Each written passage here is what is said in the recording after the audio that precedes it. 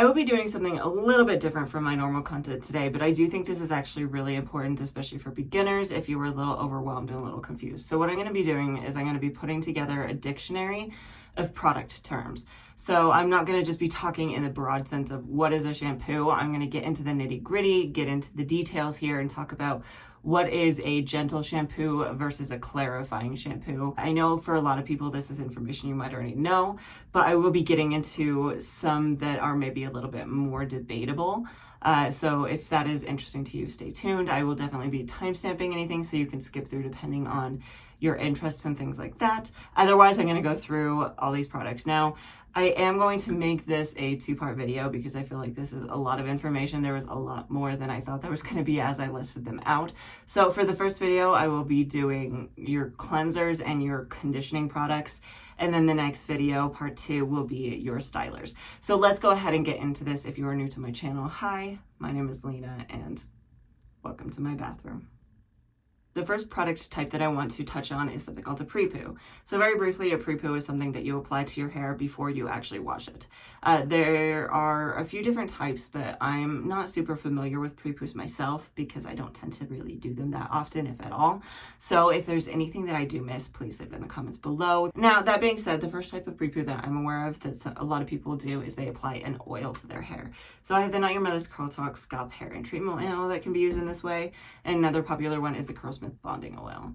And what you want to do is you want to work these through your hair before you hop in the shower. There's really two big benefits. The first is going to be that it's going to help protect your hair. If you have a little bit of a harsher shampoo, it's going to help keep more of the moisture in your hair and it's going to do less damage. And the other benefit of a oil pre-poo is that they do have more lubrication to them, so you can use them as a detangling product.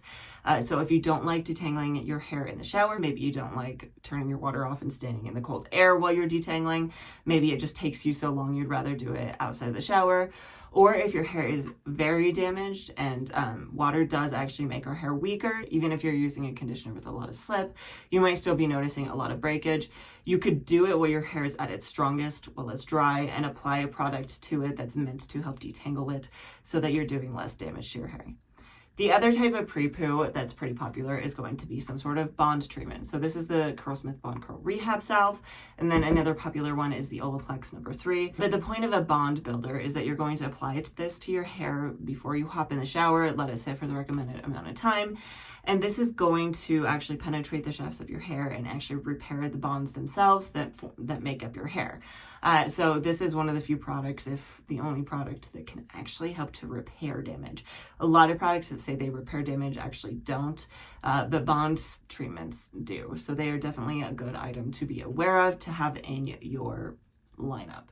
All right, we are moving into cleansing products. So the first product that I want to talk about is just your generic good old shampoo. This one is the Suave Essentials Nourishing Shampoo, and they're really good at removing buildup from your hair. They're very clarifying. They're very cleansing. Now, the biggest downside of these kind of products, though, are a lot of them have sulfates in them. The biggest downside of a sulfate, if you don't already know, is that sulfates are going to remove a lot of buildup from your hair. They're going to remove oil and dirt. But to some extent, we still need a little bit of that oil in our hair. And there is debate as to whether sulfates are just too stripping and they will actually kind of dry your hair out more. So moving into kind of the products that we talk about a lot in the curly world. So the first one that you might hear when you move into healthy hair, curly hair world is a co-wash. So a co-wash is a product that is very low in the cleansing properties. It doesn't really have a ton of ingredients that are in it that are cleansing. The majority of the cleansing that's going to happen with a co-wash is going to come from your fingers. You're going to be scrubbing a lot and you're going to have to work a lot harder to remove the oils and dirt in your hair. The benefit of a co-wash is actually very moisturizing. A lot of people will actually even just use a conditioner as a co-wash. They're meant to be kind of 2-in-1 products where you apply it all over your hair. You use it to work through your hair to remove knots and tangles, and then you go in and you kind of really scrub at your scalp, wash it out, and then you're done. You don't have to have a conditioner to go with it. That being said, they really can't remove buildup on your hair. So moving up a step, are Low-poos and Gentle-poos. I personally am not 100% convinced that these are different products. They have different names, but I don't know if they're really that different. So let me know down in the comments below if you know of a difference between a Low-poo and a Gentle shampoo. That being said, the biggest difference might be just that a Low-poo is maybe just a little gentler than a Gentle shampoo. But both of these products aren't going to give you quite as much of a lather. They are going to have ingredients in them that are going to be cleansing, but they're going to be very gentle. They shouldn't leave your hair feeling squeaky. So gentle shampoos are something that it's really good to use for a normal average day. Most people will use gentle shampoos pretty frequently. So I actually have two examples. I have the Curlsmith Shine Shampoo as well as the Suave Professionals Natural Shea Butter and Pure Coconut Oil Sulfate Free Cleansing Shampoo. Now that being said, gentle shampoos can't remove buildup from your hair. So if you're someone who's not afraid of silicones, or maybe you just have a lower budget, and a lot of the products that we use on a lower budget have things that have potential to build up in your hair. So things like waxes or even polyquats, those can build up in your hair. So if you are using a gentle shampoo, occasionally you will have to go in with a clarifying shampoo. So something like the Acure Curiously Clarifying Lemongrass and Argan Shampoo, or for a more budget option, the African Pride Olive Miracle Anti-Breakage 2-in-1 Shampoo. So both of these have ingredients in the hair. I will list all of the clarifying ingredients over here, as well as I will leave a link down below if you want to dig into it a little deeper yourself. But the most common kind of clarifying ingredients that you want to look for is going to be sodium C14-16 olefin sulfonate. There's a lot of other ones that work as well, but these are sulfate-free ingredients that are still very strong, and they can be pretty stripping on your hair, but they're going to help remove the buildup in your hair. And I recommend using a product like this maybe about once a month, depending on your hair, your needs, and the other products you're using. That being said, there is kind of a subcategory of shampoo out there that's called the Fortifying shampoo. Really briefly, these are actually more like add-ins to a shampoo. They don't tend to have as much clarifying power, if any cleansing power at all. They're meant more to be in addition to your shampoo, and they have things in them, vitamins and other kind of ingredients that are meant to add some scalp health. They might kind of balance out the pH of your scalp, just things that are focused on the scalp and the hair follicles, not the hair itself. So they're not meant to clean your hair as much as they are to improve the health of it. Now that being said, there is one last cleansing product that I want to touch on that for me personally is very important, but it really just depends on you and your hair and where you live. And that is a chelating shampoo. Now, chelating shampoo's main job is to remove hard water buildup from your hair. If you don't know what I'm talking about, I have an entire video on it that I'll link above and down below. But a lot of us live in areas that have hard water, and hard water comes with a lot of minerals and a lot of even metals sometimes that over time will build up on your hair, and they'll kind of form a sill, almost like silicones on your hair, that's going to stop it from getting the nutrients it needs. So going in with a chelating shampoo is kind of important. I tend to use a chelating shampoo about once a month. Sometimes I'll use the chelating shampoo just over a clarifying shampoo, because most chelating shampoos are also pretty clarifying. Now I'll leave another list over here of ingredients that are chelating. The most common, I think, is disodium EDTA. The product that I held up just here is the Dove Amplified Shampoo. This does have disodium EDTA in it, so technically it is a chelating shampoo. Now, it is much farther down on the list, so I don't know if this would do a great job. It might be something I would have to use more frequently.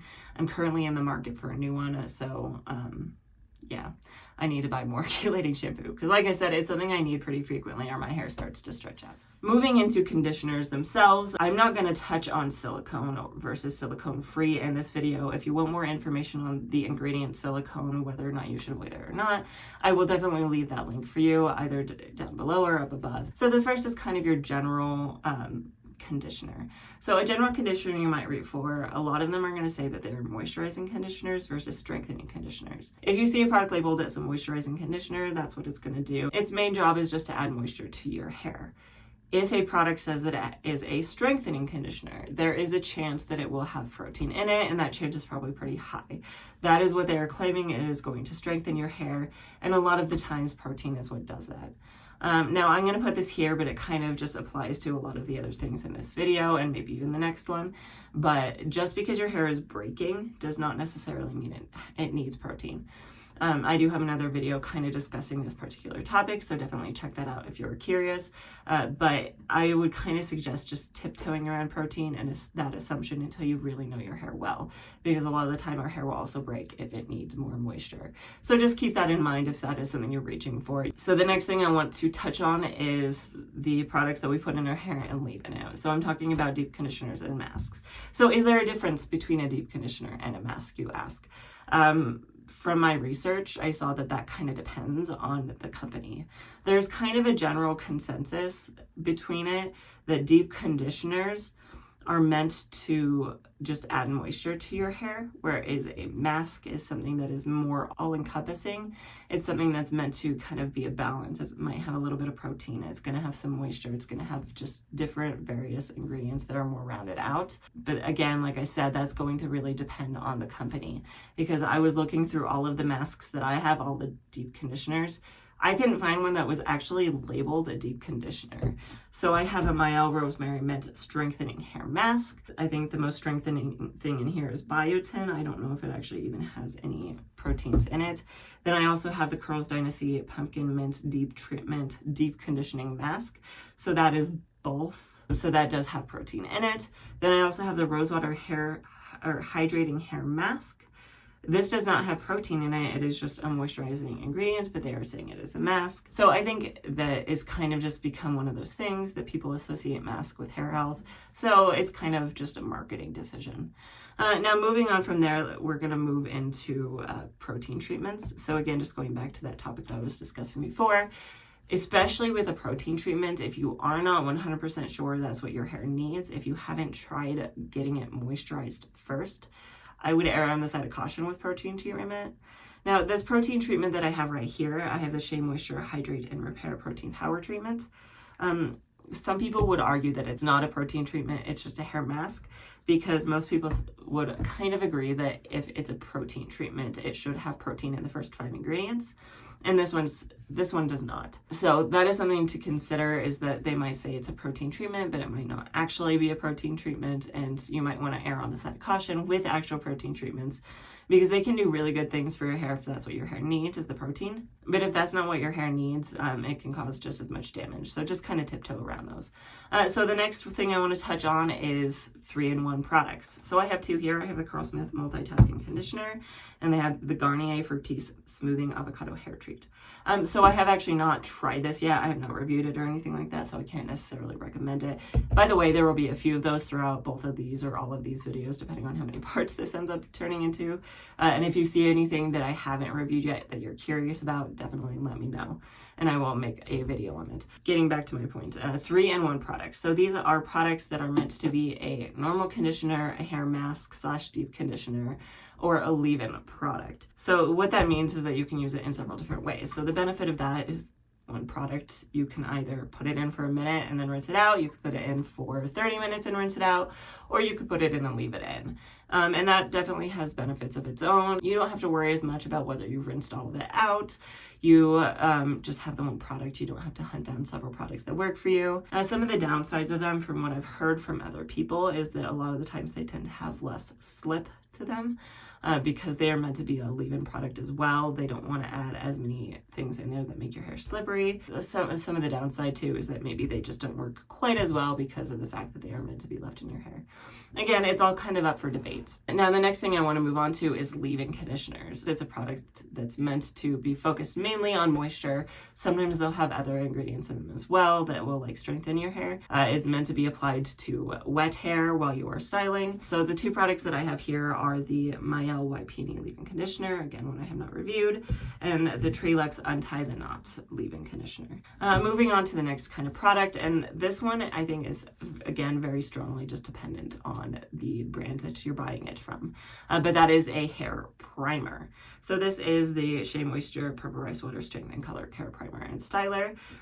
They are meant to be kind of a lightweight leave-in conditioner. It would replace your leave-in conditioner. They're meant to kind of add some moisture to your hair, but a lot of them claim to also have other benefits.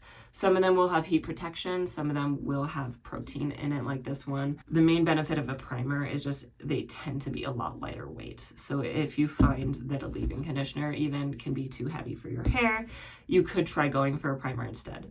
The main downside is they probably aren't quite as moisturizing. The next product type that I want to touch on is one that's kind of debatable in its description, so I'm going to do my best to try to give you a general idea of what this is, but just keep in mind, again, that based on the brand, it could kind of vary a little bit, and that is a hair milk. I haven't seen a ton of these, but they are out there. Some say that they're hair milk leave-in conditioner. I'm thinking mainly of the Hair Milk by Carol's Daughter that also says it's an original leave-in moisturizer, which we'll also get on. So it's claiming a few different things there, which isn't bad. It just means that you need to read to see what it says itself. So a moisturizing milk. So this is the Mayo Rice Water Collection Moisturizing Milk.